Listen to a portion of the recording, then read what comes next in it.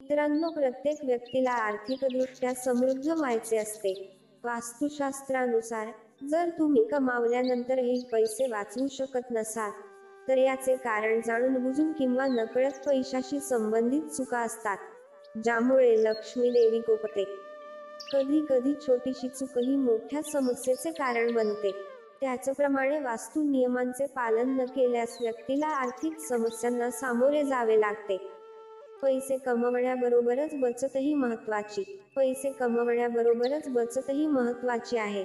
बचत केली नाही तर पैशाची कमतरता कायम राहते. पैशाची बचत न होण्यामागचे कारण म्हणजे पैशाशी संबंधित जाणून-बुजून किंवा नकळत केलेल्या चुका, ज्यामुळे देवी लक्ष्मी कोपते. संपत्तीचा संबंध देवी लक्ष्मीशी आहे, त्यामुळे पैशाशी संबंधित छोटीशी चूकही तुम्हाला महागात पडू शकते. वास्तुशास्त्रामध्ये पैशांबाबत अनेक नियम सांगितले आहेत, ज्यांचे पालन प्रत्येकाने केले पाहिजे.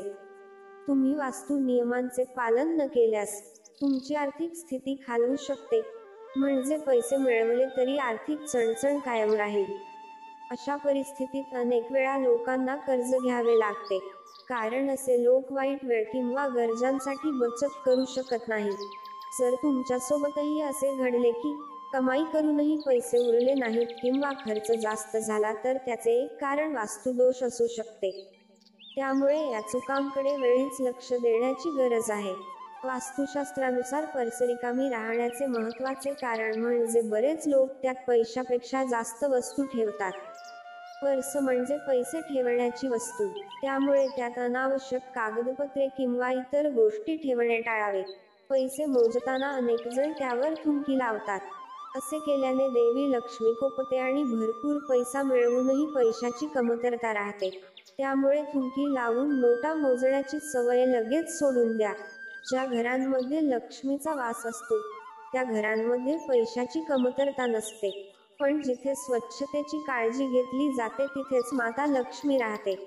वास्तुशास्त्रानुसार जर तुम्हाला आशीर्वाद हवा असेल तर घराच्या स्वच्छतेची काळजी घ्या.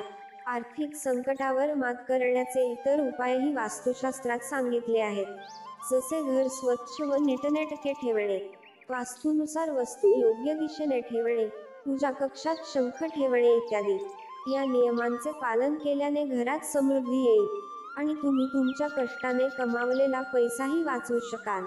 मित्रांनो, व्हिडिओ आवडला असेल तर व्हिडिओला लाईक करा आणि व्हिडिओ कसा वाटला ते देखील कॉमेंट करून कळवा. आणि अशाच नवनवीन व्हिडिओसाठी आपल्या चॅनलला सबस्क्राईब करा. धन्यवाद.